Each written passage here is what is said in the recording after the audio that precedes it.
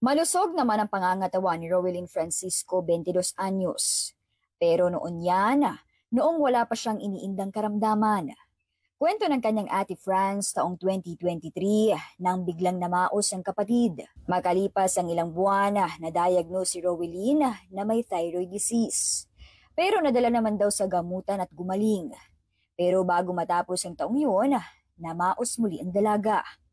Hanggang naging January 2024 to February, unti-unti na po siyang namamayat. Hanggang ngayon po, hindi na siya makasalita. Wala na pong boses. Sabi niya, thyroid nga daw po. Then, kasi po yung kinakasama niya, malakas manigarilyo.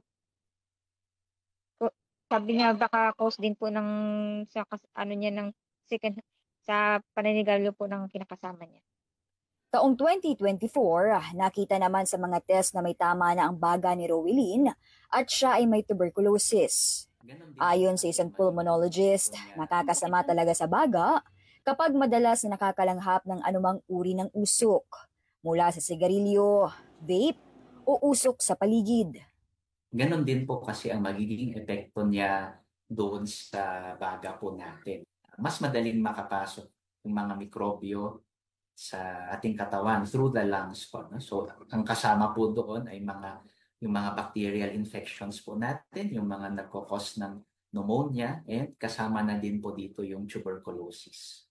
Payo kina Rowelyn ng doktor, ituloy na lang ang gamutan sa TB dahil hindi pa raw kakayanin ng katawan ni Rowelyn na sumailalim sa operasyon. Actually, madali lang naman pong gamutin yung TB, basta hindi po siya yung drug resistant na tinatawag. Simpleng tableta lang naman po ito. Matagal nga lang po yung duration, naabot po ng 6 months kung yung typical regimen yung pinag-uusapan po natin. Ang pamilya ni Rowelyn kumakatok po sa inyong mga puso para sa kanyang mga pangangailangan. Nakaraan kasi, inatake kasi siya talaga hindi na talaga siya makahinga, umiiyak na siya. Ang kalagayan niya nga daw ngayon, hindi na siya makalunok, hindi na siya makakain. Sa mga gusto pong tumulong para sa aking kapatid, nagpapasalamat na po ako agad sa inyong lahat. Ako po si Mobile Journal Yeda Pascual na nagpapaalala na ang bawat may karamdaman ay kailangan din ng kalinga. Sa isinagawang presscon kanina ng Alyansa, ibinahagi ng mga dumalong senatorial bets ang kanilang nais isulong kung mananalo. 14th month pay para kay dating Senate President Tito Soto, ang pag-waive ng bank secrecy for government officials kay Ping Lacson, amendments sa local government code para kay dating DILG Secretary Benhur Abalos, pati ang pag-file muli ng bill na nagtatanggal sa value-added tax sa kuryente mula kay Francis Tolentino. Pareho namang naisuportahan ni former Senator Manny Pacquiao at Representative Erwin Tulfo ang small at medium enterprises.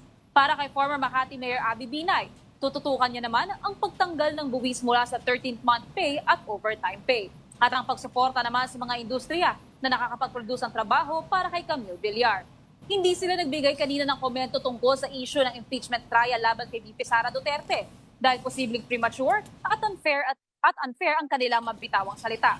Wala kanina sa press con pero nandito na sa proclamation rally sina re-electionist hopeful Bong Revilla, Pia Cayetano, ang aktor na si Lito Lapid at ang presidential sister na si Senator Amy Marcos.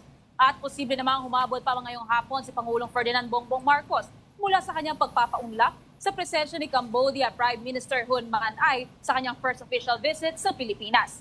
Ngayong hapon naman pinaunlakan na ng aktres na si RC Muñoz at Bugoy Brilon ang campaign kick-off ng Alyansa dito sa Ilocos Norte Centennial Arena. Pinili raw ng senatorial slate na simula ng pangangampanya sa Ilocos Norte dahil nakikisa sila sa vision ni Pangulong Bongbong Marcos at ang kinalakhan nitong lugar. Maalala mataas ang naging vote turnout ni Bongbong Marcos sa Ilocos noong siya ay tumakbo sa pagkapangulo. Isa rin daw itong strategic launch site para sa coalition. Maya-maya lamang ay mapapakinggan din ng mga dumalong supporters ang mga plano at plataforma ng kanilang senatorial bets. Alas 8 ng umaga pa lamang kanina ay nagpunta na ang Kiko Bam Campaign Group sa Parish of the Holy Sacrifice sa UP Diliman. Kasama nila rito si former Vice President Leni Robredo, Senator Risa Hontiveros at Akbayan First nominee Chel Jokno. Matapos niyan, nagsagawa ang Kiko Bam tandem ng house-to-house campaign sa Barangay Cruz Naligas sa Quezon City. Nagkaroon naman ng hiwalay na aktibidad ng akbayan at nagkaroon pa ng pagzumba kasama ang congressional aspirant na si Chel Jokno. Pagkatapos, magkasama rin sina Jokno at Senator Risa Hontiveros sa pag-ikot sa Tondo, Maynila.